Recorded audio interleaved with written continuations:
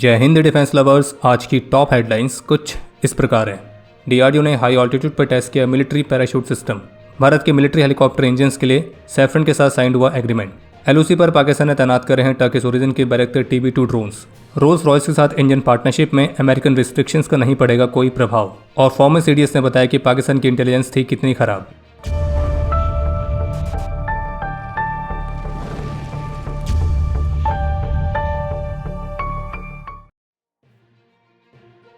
DRDO ने स्वदेशी तौर पर डिजाइन और डेवलप किए गए मिलिट्री कॉम्बैट पैराशूट सिस्टम का सफल परीक्षण किया है और यह परीक्षण किया गया था दुनिया के one of the highest altitudes drop zone में, जो कि है न्यूमा में स्थित मुद ड्रॉप जोन। और टेस्ट जंपर्स के तौर पर विंग कमांडर राहुल झा, जो कि चीफ टेस्ट जंपर थे, इनके अलावा master warrant officer RJ Singh और master warrant officer Vivek Tiwari, और इन्होंने 22,000 फीट की ऊंचाई से इस जंप को एग्जीक्यूट किया है, जहां पे टेम्परेचर -15 डिग्री सेल्सियस रहता है। बाकी यहाँ से जंप करके इस मिलिट्री कॉम्बैट पैराशूट सिस्टम को यूटिलाइज किया गया और इसके अन्य सभी सब सिस्टम्स, जिसमें स्वदेशी पैरा कंप्यूटर, ऑक्सीजन सिस्टम और जंप सूट्स, ये सभी शामिल थे। पैराशूट को 20,000 फीट की ऊंचाई पर डिप्लॉय किया गया और 13,700 फीट पर सेफ लैंडिंग की गई। और इस सफल परीक्षण के साथ ही डीआरडीओ के इस मिलिट्री कॉम्बैट पैराशूट सिस्टम की एक्सट्रीम हाई ऑल्टीट्यूड कंडीशंस में प्रभावशीलता, विश्वसनीयता और रणनीतिक उपयोगिता, ये सब डेमोन्स्ट्रेट की गई है।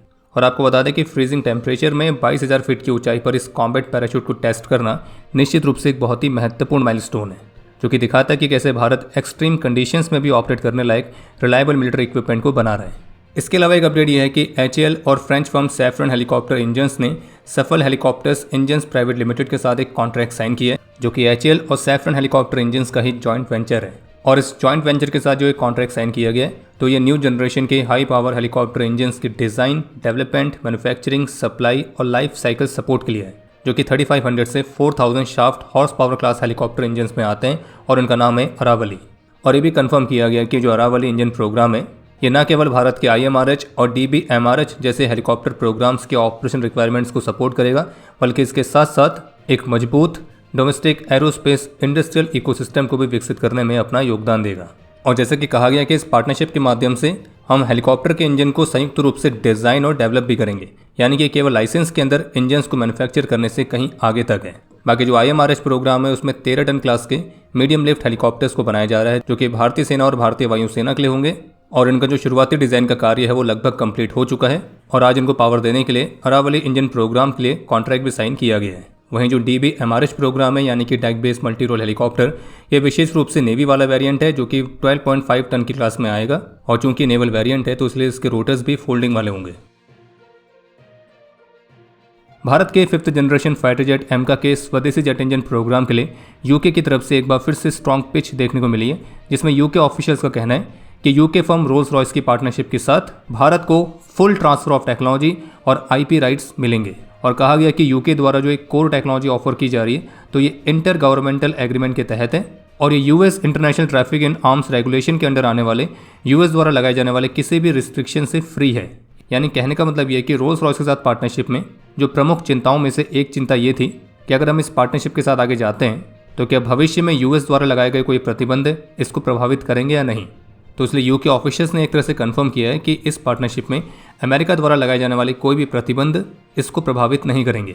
और रोल्स रॉयस का भी कहना है कि इस पार्टनरशिप के तहत जो भारत और यूके की कंपनीज मिलकर 120 किलोन्यूटन तक के थ्रस्ट वाले इंजन को बनाएंगे, तो इसमें इसके थ्रस्ट को 145 किलोन्यूटन तक बढ़ाने का स्कोप भी रखा गया है। और एविएशन सर्कल में अभी तक इतनी पावर वाला इंजन विकसित नहीं हुआ है किसी भी फाइटर जेट के लिए। और ये भी कहा गया कि रोल्स रॉयस उस कंपनी में आती है जो कि खुद से कोई भी इंजन पूरी तरह से बना सकती है और इसके लिए उनके पास जरूरी टेक्नोलॉजी और एक्सपीरियंस मौजूद है। और रोल्स रॉयस का इंजन बनाने का जो काम है वो अमेरिकन सिस्टम से पूरी तरह से स्वतंत्र है और पूरी तरह से इंजन बनाने वाली सिर्फ 3 ही कंपनियां हैं, रोल्स रॉयस और 2 अमेरिकन कंपनीज, जबकि बाकी कंपनियों को कुछ पार्ट्स अमेरिका से मंगवाने पड़ते हैं। और यूके ऑफिशियल्स का कहना है कि रोल्स रॉयस एक नॉलेज बेस को लाना चाहती है और वो भी 2034 तक एक नई इंजन को रोल आउट करने वाले टारगेट के साथ। बाकी फिलहाल जो पहले रिपोर्ट्स आई थी उनमें कहा जा रहा था कि 15 अगस्त से पहले एमका इंजन प्रोग्राम के लिए GTRO सैफरन के जॉइंट वेंचर के लिए CCS का फाइनल अप्रूवल मिलने की उम्मीद है, लेकिन अभी तक ऐसी कोई भी रिपोर्ट देखने को नहीं मिली। 15 अगस्त ऑलरेडी बीत चुका है, 26 अगस्त आ चुका है और संभावित रूप से अभी तक इस पर कोई निर्णय नहीं लिया गया है। और शायद इसकी एक वजह यह भी हो सकती है कि रोल्स रॉयस के द्वारा लगातार जो नए नए ऑफर्स पिच किए जा रहे हैं और अब अमेरिकन रिस्ट्रिक्शन से फ्री होने वाली जो बात की गई है, तो वो काफ़ी महत्वपूर्ण है। हिंदुस्तान टाइम्स की रिपोर्ट के मुताबिक भारत सरकार कुछ ऐसे प्राइवेट प्लेयर्स को आइडेंटिफाई कर रही है जो कि 1500 किलोमीटर तक की रेंज वाली लैंड अटैक क्रूज मिसाइल और 500 किलोमीटर तक की रेंज वाली प्रलय क्वासाई बैलिस्टिक टैक्टिकल मिसाइल्स का प्रोडक्शन करेंगे। और जबकि ट्रांसफर ऑफ टेक्नोलॉजी रूट के माध्यम से इंडियन प्राइवेट सेक्टर के लिए अस्त्र मार्क 1 और अस्त्र मार्क 2 के लिए ऑलरेडी RFP जारी कर दी गई है। और ये भी कंफर्म किया गया कि Icom, Bharat Forge, Adani Defence, Bharat Dynamics Limited, Bharat Electronics Limited, तो ये वो कंपनीज हैं जो कि नेक्स्ट जनरेशन की anti radiation missile, UAV launch precision guided missiles, long range के glide bombs, smart anti airfield weapon, quick reaction ground to air missile, very short range air defence system, short range की naval antiship missile, medium range की naval antiship missile, long range की antiship missiles, तो इनका production करेगी। और जबकि the print की तरफ से एक रिपोर्ट जारी की गई है जिसमें बताया गया कि भारत और UK ब्रिटिश ओरिजिन की light weight multi role missiles को खरीदने के लिए जो इंटर गवर्नमेंटल एग्रीमेंट है उसको साइन करने के बेहद ही करीब है। और आपको बता दें कि ये वही मिसाइल है जिसकी अनाउंसमेंट पिछले साल अक्टूबर में की गई थी और इसके लिए एक MOU भी साइन किया गया था। और ये डील लगभग $468 मिलियन तक की होने वाली है। और इस मिसाइल का नाम है मार्टलेट, जिसे इंडियन आर्मी की टैक्टिकल यूनिट्स के लिए लिया जाएगा। ये लेज़र बीम गाइडेंस के साथ आती है और इसके shoulder launch, tripod launch, vehicle launch, तो इस तरह के अलग अलग ऑप्शंस उपलब्ध हैं। और इसकी जो मारक क्षमता है वो 6 किलोमीटर तक है और मैक 1.5 तक की इसकी मैक्सिमम स्पीड है। बाकी भारत ये मिसाइल्स कितनी संख्या में लेगा तो इसका भी फिलहाल खुलासा नहीं किया गया है।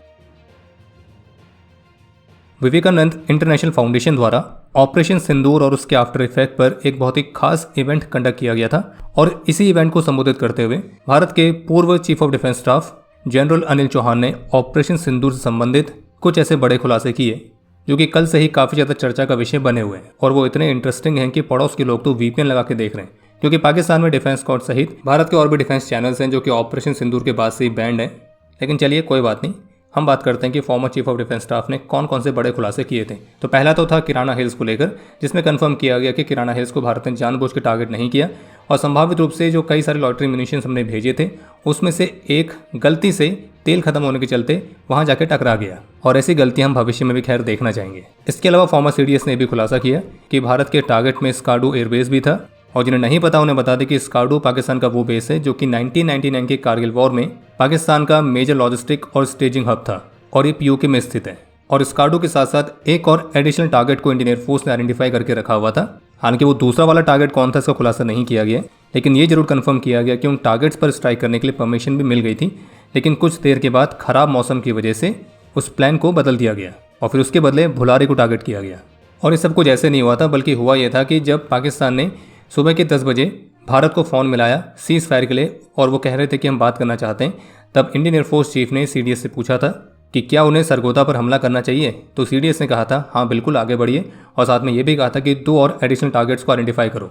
इसके अलावा फॉर्मर CDS ने भी बताया कि अगर भारत की जीत के कारणों की मैं लिस्ट बनाऊं तो उसमें से एक ये भी होगा कि हमारे पास ज़्यादा बेहतर सिचुएशन अवेयरनेस थी और ज़्यादा बेटर बैटलफील्ड ट्रांसपेरेंसी थी, क्योंकि हमारे नेटवर्क ज़्यादा बेटर थे और हमारे तीनों सर्विसेज यानी कि आर्मी, नेवी, एयरफोर्स से जो इन्फॉर्मेशन थी वो एक कॉमन ऑपरेशन पिक्चर के तौर पर उपलब्ध थी, जिससे कमांडर्स को बैटलफील्ड को सही से समझने और उस पर निर्णय लेने में आसानी मिल रही थी और इसी वजह से हम बेहतर निर्णय कर पा रहे थे। और उनका ये भी कहना था कि जीत का दूसरा कारण मेरे हिसाब से है एक क्लियर पॉलिटिकल डायरेक्शंस, जिससे हमें ऑपरेशंस की योजना बनाने की पूरी आज़ादी मिली थी। बाकी जैसा कि US प्रेसिडेंट बार बार दावा करते हैं कि उन्होंने भारत और पाकिस्तान के इस युद्ध को रुकवाया, सीज़ फायर करवाई, तो इस पर फॉर्मर CDS ने खुलासा किया कि ये सीज़ फायर 2 कंट्रीज़ के बीच डायरेक्टली हुआ था जब दोनों देशों के DGMOs ने बात करी थी। और हमारे DGMO ने कहा था कि वो 3 बजे तक उपलब्ध नहीं है और इसी वजह से हमने 5 बजे डिसाइड किया। तो इसलिए ये जो सीज़ फायर है वो 2 DGMOs के बीच डिसाइड हुआ था और इसमें किसी और तीसरे की कोई भूमिका नहीं है। लेकिन इस सीज़ फायर की पर्टिकुलर इन्फॉर्मेशन अमेरिकन्स तक कैसे लीक हो गई और उन्होंने हमसे पहले ही ट्वीट करके इसकी अनाउंसमेंट कर दी। लेकिन मैं आपको इस बात का पूरा आश्वासन दे सकता हूँ कि ये लीक हमारी तरफ से नहीं था, ये कहीं ना कहीं दूसरी साइड यानी कि पाकिस्तान की तरफ से ही लीक हुआ है, ऐसा उन्हें लगता है। और उसमें शायद वाली कोई बात है ही नहीं, बल्कि निश्चित ही है कि पाकिस्तान ने ही अपने बड़े मालिक को फ़ोन करके बोला होगा कि मालिक भारत मान गया है सीज़ फायर के लिए, और फिर क्या था, पाकिस्तान के मालिक ने पूरा क्रेडिट ले भी लिया। इसके अलावा फॉर्मर CDS ने इस बात का भी खुलासा किया कि कैसे पाकिस्तान की जो इंटेलिजेंस थी वो इतनी बेकार थी कि भारत की नेवल मूवमेंट्स की उनके पास जो पिक्चर्स थी वो बेहद ही इनएक्यूरेट थी। और वो कितनी ख़राब थी इसका अंदाज़ा भी इसी बात से लगा सकते हैं कि भारत के कैरियर बैटल ग्रुप की लोकेशन के बारे में पाकिस्तान की तरफ से जो जानकारी दी गई थी, जिसका जिक्र किया गया था, तो पाकिस्तान की दी गई लोकेशन से जो हमारा कैरियर बैटल ग्रुप था वो एक्चुअल में 100 से 300 नॉटिकल माइल्स की दूरी पर था। भला इतना गलत कैसे कोई हो सकता है। और इसका मतलब साफ है कि पाकिस्तान को भारत के कैरियर बैटल ग्रुप्स के जो इनपुट्स मिल रहे थे वो बेहद ही गलत मिल रहे थे और वो एक्यूरेट नहीं थे, क्योंकि वो फॉरेन सोर्सेज पर निर्भर थे इन सभी जानकारी के लिए, और उनका जो लॉन्ग रेंज मैरीटाइम एयरक्राफ्ट है उसने तो उड़ान तक नहीं भरी थी। और हमारे हिसाब से इसका एक कारण ये भी हो सकता है कि शायद एवेक्स के नीचे गिरने के बाद अब पाकिस्तान कोई और रिस्क नहीं लेना चाहता था, क्योंकि अगर वो अपना मैरीटाइम एयरक्राफ्ट उड़ाते तो S-400 एक और रिकॉर्ड बना सकता था। और पाकिस्तान अपनी डेली ब्रीफिंग में कह रहा था कि अरेबियन सी पर जो भारत का कैरियर बैटल ग्रुप है वो यहाँ मूव कर रहा है, वहाँ मूव कर रहा है। एक्चुअली पाकिस्तान को जो लग रहा था कि भारत का एयरक्राफ्ट कैरियर इस जगह पर है, तो वो वहाँ पे था ही नहीं। इसके अलावा ऑपरेशन सिंदूर के दौरान जो ये बात सामने आई थी कि चाइना ने पाकिस्तान को एक रियल टाइम इंटेलिजेंस प्रोवाइड करके उसकी मदद करने की कोशिश करी थी, तो इस पर फॉर्मर CDS की तरफ से ये कहा गया कि जो कमर्शियल सैटेलाइट इमेजरी होती है वो हर किसी के लिए उपलब्ध होती है और ये US या चाइना इनमें से किसी भी कंपनियों के द्वारा प्रोवाइड की जा सकती है, लेकिन ऐसी इमेजरी प्राप्त करना कॉन्ट्रैक्ट, पेमेंट और इंतजार के समय पर निर्भर करता है। और पाकिस्तान ने ऑपरेशन सिंदूर के दौरान चीन की सैटेलाइट कंपनियों समेत कमर्शियल सैटेलाइट्स की इमेजरी प्राप्त करने की कोशिशें करी थी, लेकिन इन कोशिशों के बावजूद पाकिस्तान को टारगेट पर हमले के सबूत नहीं मिल पाए। और पाकिस्तान ने बेशक टारगेट करने की कोशिश की थी, लेकिन फैक्ट यह है कि वो टारगेट पर निशाना लगा ही नहीं पाए। बाकी पाकिस्तान ने जो स्ट्राइक करने की कोशिश करी थी वो सफल हुई है नहीं हुई है, तो इसके बारे में पाकिस्तान को कोई भी आइडिया नहीं था। और इसी का पता लगाने के लिए पाकिस्तान ने सैटेलाइट इमेजरी को प्राप्त करने का पूरा प्रयास किया, लेकिन फिर भी उसे अपने स्ट्राइक के सबूत नहीं मिले, क्योंकि स्ट्राइक सही जगह पर हुई ही नहीं। तो ये थे वो सारे बड़े खुलासे जो कि फॉर्मर CDS की तरफ से किए गए, और इनमें से आपको कौन सा सबसे ज़्यादा पसंद आया है तो उसे भी कमेंट सेक्शन में जरूर लिखिएगा। आगे पड़ोस से जो VPN लगा के देख रहे हैं तो उनके लिए भी स्वागत है कमेंट सेक्शन में। बस एक एडवाइस है कि जो एक्सपायर्ड हुआ माल है उसको फूंक कर कमेंट मत करना, क्योंकि ऑपरेशन सिंदूर वाले गड्ढे पाकिस्तान में अभी भी पूरी तरह से भरे नहीं हैं।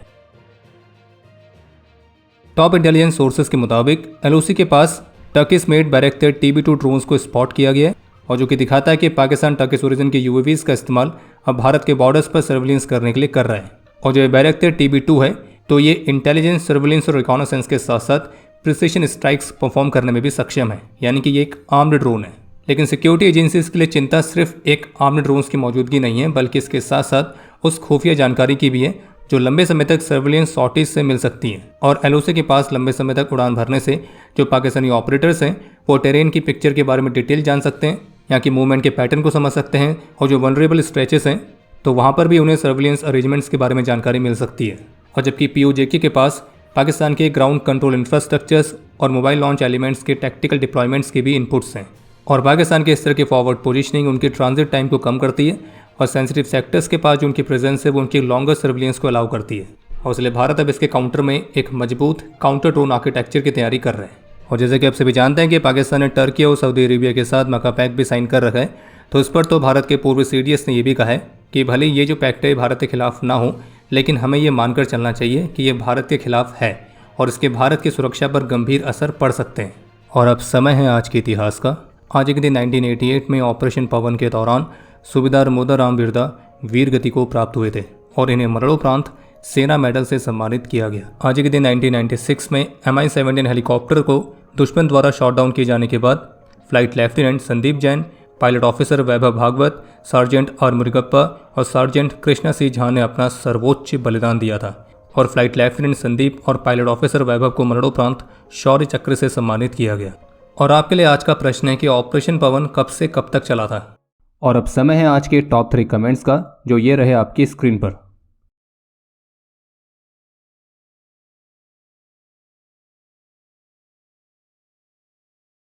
उम्मीद है आपको आज का एपिसोड पसंद आया होगा। पसंद आया तो वीडियो को लाइक करना ना भूलें। आपके कोई भी सुझाव या सवाल हो तो उसके लिए कमेंट सेक्शन ओपन है। और अगर आप डिफेंस रिलेटेड और भी एक्सक्लूसिव कंटेंट में दिलचस्पी रखते हैं तो आज ही प्ले स्टोर से डिफेंस स्क्वाड की सुपर ऐप को डाउनलोड करना ना भूलें। और अगर आप चैनल पर पहली बार आए हैं तो squadron.in पे जाके हमारे नए डिज़ाइंस को भी चेकआउट जरूर करें। बाकी जल्द मिलेंगे नए एपिसोड के साथ। तब तक के लिए जय हिंद, जय भारत।